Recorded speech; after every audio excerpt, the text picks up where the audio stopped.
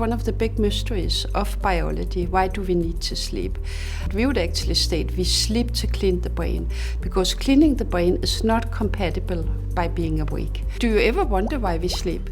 The brain is very special because the brain needs to do all the stuff we do when we are awake. It needs to receive information, it needs to make decisions, it needs to move our body around.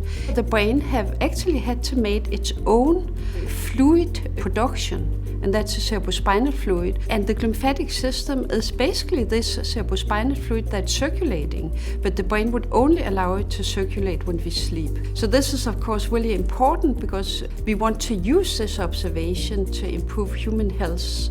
And what we can predict now is that it's absolutely required to sleep to be able to clean your brain. And one of the key questions for us right now, when we have established the importance of sleep, that is to basically discover what type of sleep is most important. I think we all know when we wake up after a good night of sleep. We feel refreshed. That is what is a good sleep and a restorative sleep. And that is actually not defined what that is. So we have very recently published a paper where we suggested that restorative sleep is that you wake up with a clean brain. And you have had a good night of cleaning the brain for all the waste that accumulated when you're awake.